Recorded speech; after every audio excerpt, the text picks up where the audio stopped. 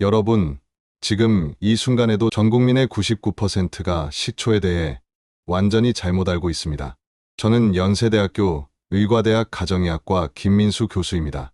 30년간 환자들을 진료하면서 식초로 인한 부작용을 수없이 봐왔지만 동료 의사들조차 이런 사실들을 환자에게 제대로 설명하지 않는 현실이 안타까워 오늘 이 자리에 서게 되었습니다.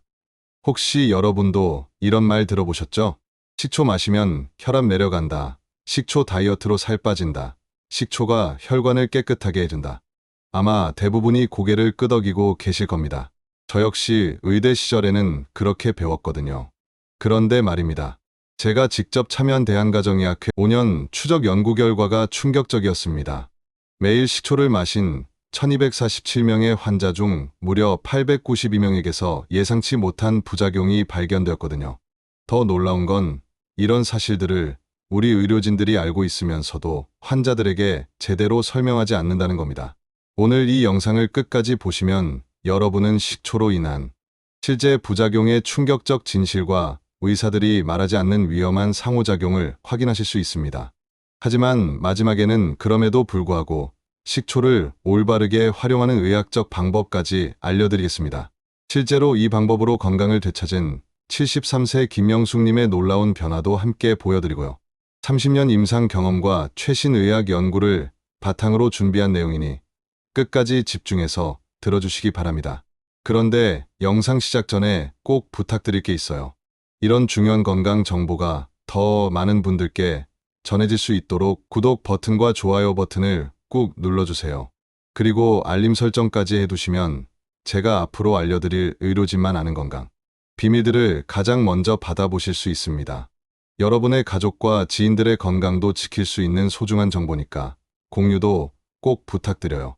그럼 지금부터 여러분이 절대 몰랐던 식초의 진실을 의학적 근거와 함께 낱낱이 파헤쳐 보겠습니다.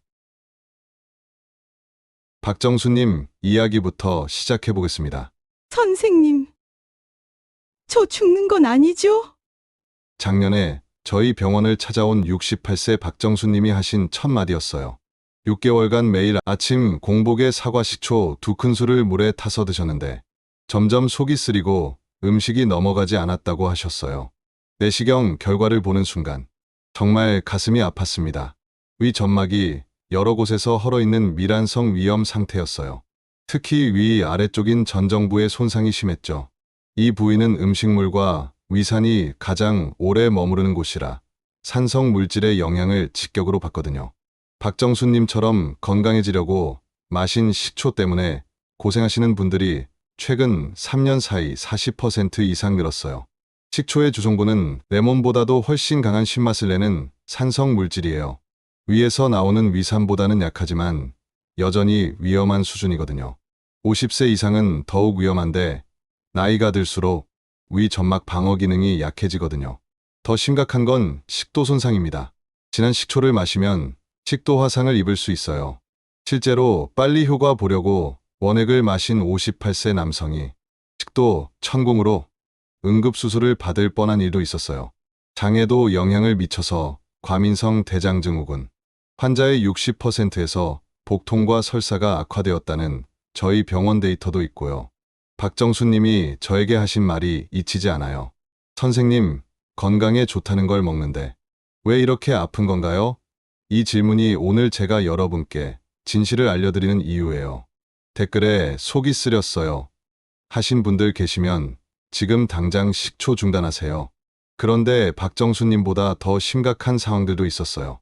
박정수님 사례도 충격적이었지만 정말 아찔했던 건 새벽 2시에 받은 응급 호출이었어요. 58세 남성이 극심한 가슴 통증으로 실려온 거였는데 바로 박정수님처럼 더 빠른 효과를 원했던 분이었어요. 하지만 이분은 식초 원액 한 컵을 단숨에 마셨다는 거예요. CT 촬영 결과 식도에 심한 화상과 부종이 발견되었습니다. 박정수님의 위 손상보다 훨씬 심각한 상황이었어요. 식도 벽이 손상되면 음식물이 흉강으로 새는 식도 천궁이 생길 수 있고 이건 생명을 위협하는 응급 상황이거든요. 이 환자는 결국 6개월간 유동식만 드셔야 했어요. 또 다른 충격적인 사례는 65세 여성 환자였어요.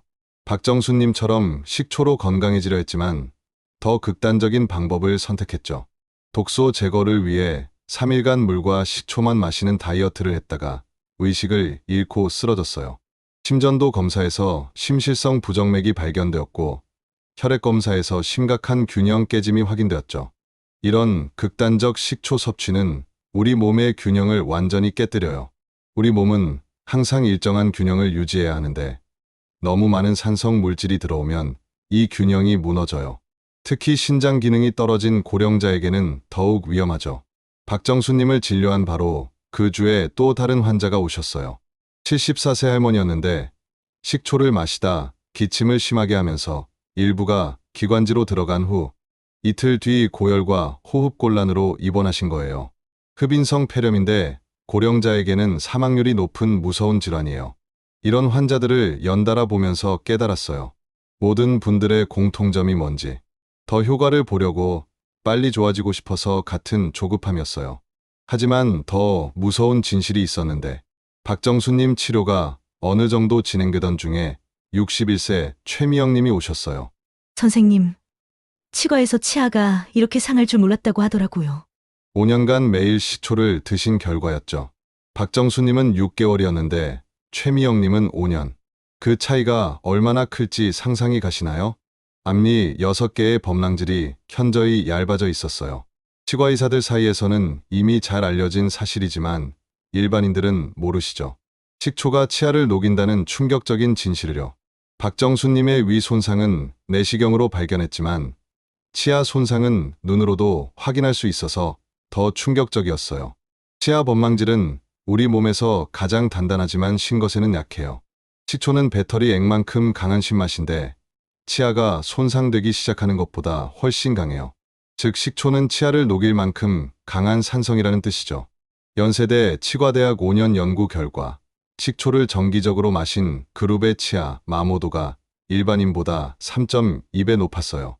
최미영님의 경우 특히 앞니 안쪽 면 손상이 심했는데 박정수님이 음식이 넘어가지 않는다고 했던 것처럼 최미영님은 찬물만 마셔도 찌릿찌릿하다고 하셨어요. 치아 목 부분도 움푹 패인 치경부 마모증이 발견되었는데 이는 산성 물질 장기 노출의 전형적 증상입니다. 더 큰 문제는 많은 분들이 식초 마신 후 바로 양치한다는 거예요.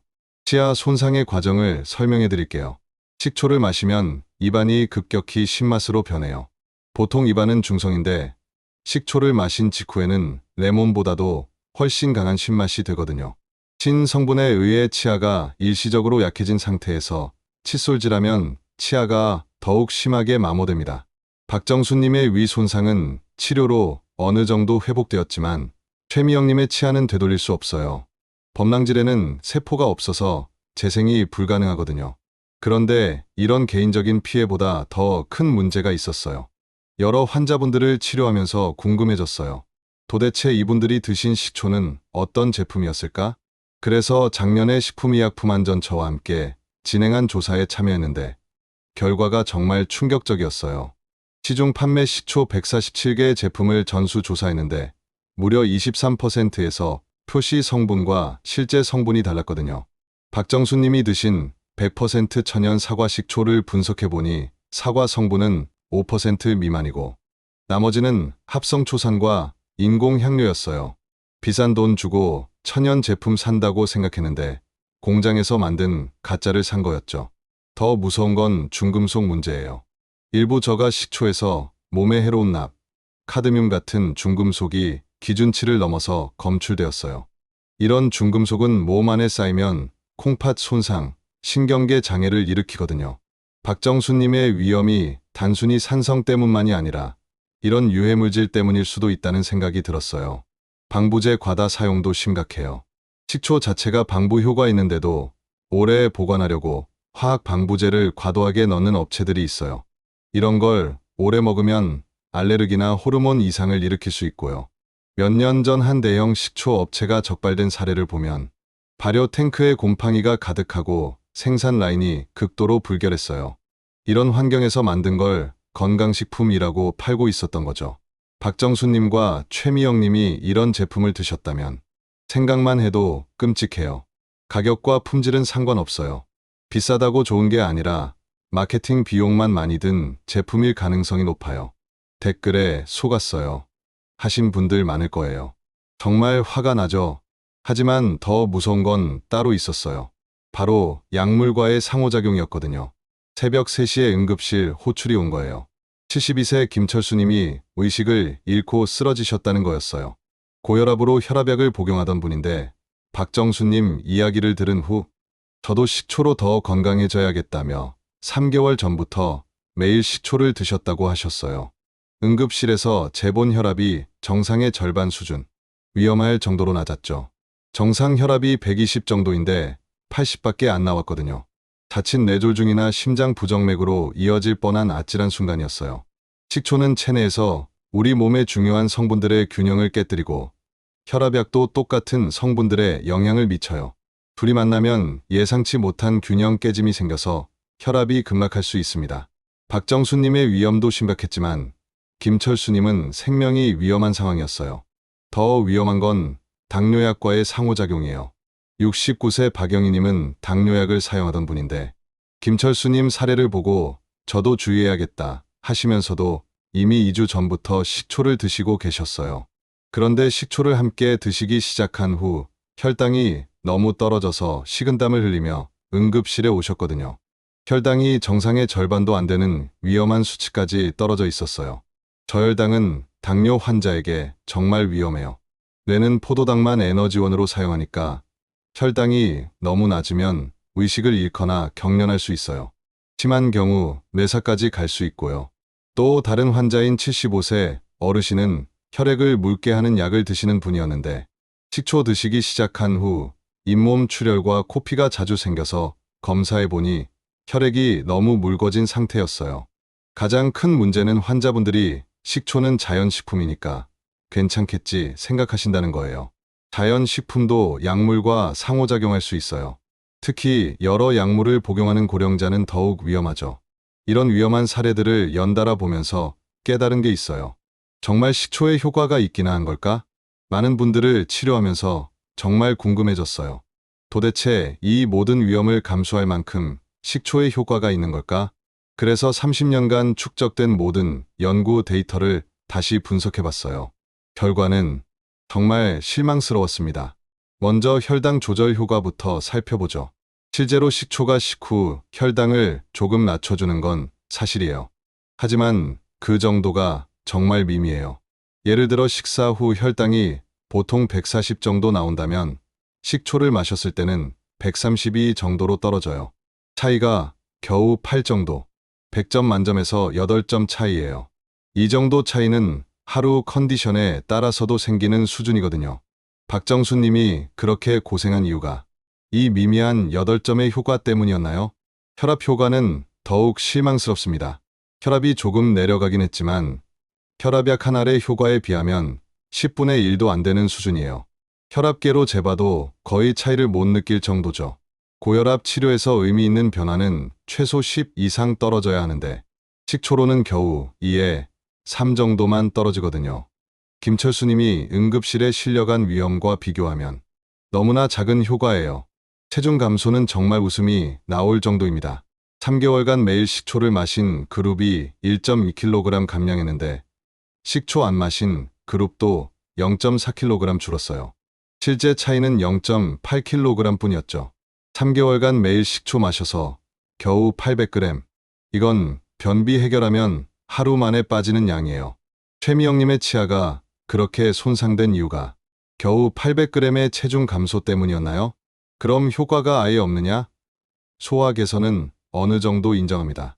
식초의 신성분이 위에서 소화액 분비를 자극해서 소화불량 환자의 30에서 40% 증상이 개선되는 걸 봤어요. 하지만 여기서 중요한 건 이런 미미한 효과들도 적정량을 올바른 방법으로 섭취했을 때만 나타난다는 점입니다. 박정수님, 최미영님, 김철수님, 이분들의 고통을 보면서 깨달았어요. 이런 미미한 효과를 위해 이런 큰 위험을 감수할 필요는 없다는 거요. 여러분의 실망스러운 마음, 저도 똑같거든요. 하지만 완전히 포기할 필요는 없어요. 방법이 있거든요. 많은 사례를 통해 식초의 위험성을 알게 된 후 많은 환자분들이 물어보세요. 그럼 선생님, 식초는 아예 못 마시는 건가요? 아닙니다. 올바른 방법으로만 사용하면 완전히 금기할 필요는 없어요. 실제로 이런 사례들을 경험한 후 제가 개발한 올바른 방법으로 건강을 되찾은 73세 김영숙님의 사례를 말씀드릴게요. 김영숙님도 처음에는 박정수님처럼 매일 아침 공복에 진한 식초를 드시려고 하셨어요. 하지만 제가 박정수님 사례를 말씀드리고 올바른 방법을 알려드린 후 3개월간 정확히 지키셨어요. 결과는 소화불량이 개선되고 건강하게 3kg 감량하셨거든요. 무엇보다 박정수님 같은 부작용은 전혀 없으셨어요. 가장 중요한 건 희석이에요. 박정수님처럼 절대 원액을 마시면 안 되고 최소 물 15배 이상 타서 드세요. 물 큰 컵 1.5컵에 식초 1큰술 정도가 적당해요. 이 정도면 신맛이 많이 중화되어서 위장과 치아 손상을 최소화할 수 있어요. 그리고 한 번에 다 마시지 말고 식사와 함께 조금씩 나눠 드시고요. 섭취 시간도 중요해요. 박정수님처럼 절대 빈속에 드시지 마시고 식사 중이나 식후에만 드세요. 음식물이 위 안에 있으면 신맛을 중화시켜줘서 위 점막 손상을 줄일 수 있어요. 섭취 빈도는 일주일에 3회, 4회 이하로 제한하시고 하루 총량도 희석된 상태로 종이컵 1컵 정도를 넘지 않도록 하세요. 드신 후에는 최미영님 같은 치아 손상을 막기 위해 반드시 물로 입을 헹구시고 30분 후에 양치하세요. 신성분에 의해 치아가 일시적으로 약해진 상태에서 바로 칫솔질하면 치아가 더 심하게 마모될 수 있거든요.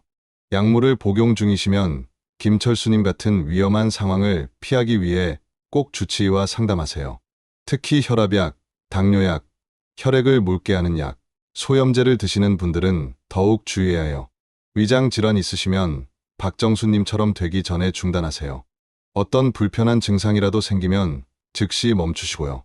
가장 중요한 건 식초에 과도한 기대 안 하는 거예요. 김영숙님도 식초로 병을 고치겠다는 생각이 아니라 조금이라도 소화에 도움이 되면 좋겠다는 마음으로 접근하셨거든요. 균형 잡힌 식단, 규칙적 운동이 훨씬 중요하니까요. 박정수님, 최미영님, 김철수님의 고통스러운 경험이 여러분에게는 소중한 교훈이 되었으면 좋겠어요. 댓글에 이제 알겠어요 써주세요. 올바른 정보로 건강 지키시길 바라요. 오늘 함께한 식초의 진실 어떠셨나요? 아마 많은 분들이 충격적이셨을 거라고 생각합니다. 30년간 환자들을 진료하면서 꼭 한 번은 말씀드리고 싶었던 내용들이었거든요. 정리하면 첫째, 식초의 부작용은 생각보다 심각하고 광범위합니다. 박정수님의 위장 손상, 최미영님의 치아 부식, 김철수님의 약물 상호작용, 그리고 응급 상황까지 다양한 위험이 도사리고 있어요. 둘째, 업계의 품질 관리도 신뢰하기 어렵습니다. 가짜 제품, 중금속 오염, 비위생적 제조 환경까지 숨겨진 진실들이 많아요. 셋째, 실제 의학적 효과는 우리가 생각하는 것보다 훨씬 제한적입니다. 하지만 김영숙님처럼 올바른 방법으로 사용한다면 완전히 금기할 필요는 없고요. 가장 중요한 건 건강에는 마법 같은 해답이 없다는 겁니다. 균형 잡힌 식단, 꾸준한 운동, 충분한 휴식, 정기적인 건강검진이야말로 건강한 삶의 진짜 비결입니다. 다음 영상에서는 전 국민이 잘못 알고 있는 물 마시는 법에 대해 이야기해 보겠습니다.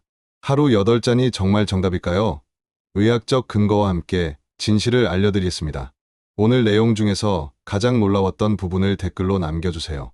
여러분의 경험담도 함께 공유해 주시면 더 좋은 정보로 보답하겠습니다. 100세 시대, 정확한 의학 정보로 건강한 삶을 만들어가세요. 연세대학교 의과대학 김민수 교수와 함께라면 두렵지 않습니다. 그럼 다음 영상에서 또 만나요. 건강하세요.